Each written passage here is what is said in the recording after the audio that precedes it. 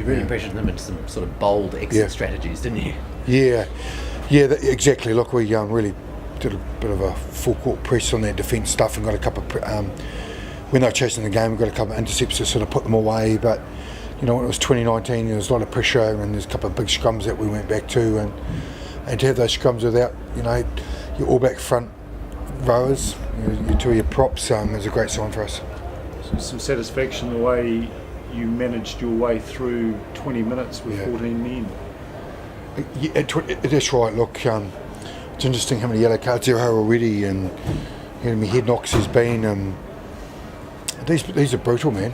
These derby games, it can just show the intensity the boys come off. Like I mentioned before, it feels like an all-back level game to them in regards to guys teeing off against each other. How do you feel about the yellows? I mean, did the clarity of them or the way they're being ruled, is there a consistency already that you've seen from pre-season in this game? Oh, look, it's a little bit early for me to actually comment on it.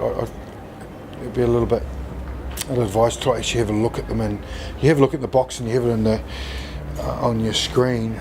I just couldn't quite hear the ref enough to understand that process, but it's pretty clear if you hit the head, you're going to get a yellow, and they ruled on it. So you know, if he's in the motion of scoring a try, you get a yellow, it's a penalty try. So it's tough, but it's what it is. It's just how it is now.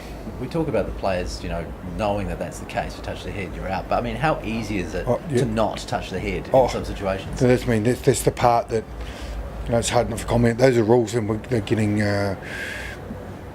adjudicated as they are. So we've got to be extremely disciplined, and sometimes I don't know if you can or not, but that's the thing.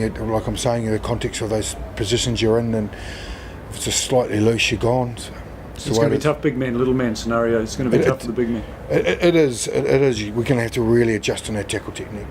Has there been an advisory pre-season raiser that we're going to crack down? Yep. Day? Yep. So World Rugby, Lyndon Bray, also Bryce Lawrence has been quite firm on it, and we've got plenty of clips to show that that's what's going to happen. So those are the rules. Yeah. So as a defensive coach, you're telling these guys to defend, you know, their team? Oh yeah, we've got to get real dip and really get with the, you know, shoulder and arm at the same time. Just nothing can be loose. So we train really hard on it.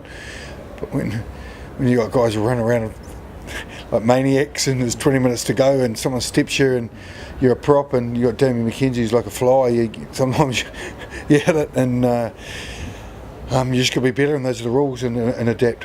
Just on Damien, you guys did a good job. You know, he likes to stand flat and obviously challenge defence, but you put him under a lot of pressure. We did. We tuned him in a couple of times and put a lot of pressure on that pass and got up on their face. I thought both teams defensively for a long period of time were great, and when we got our game plan right, we played it quite narrow and opportunities were wide, and once we actually got 2 or 3 passes into it, looked bloody really good. What do you think of that crowd raising?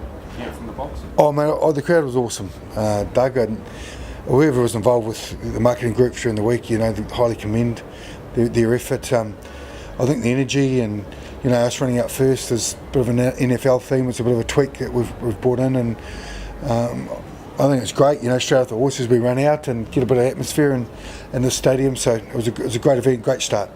Jason Ryan get a little bit excited, a couple of those scrums there that particularly...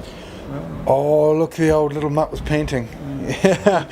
He's affectionately known as Mutt Ryan, a precious dog, and he's he's done a lot of work with Maki Alalatoa, and just like I've said, White did a great job as well, and I thought Chris King was running around like he was 20 for about 2 minutes.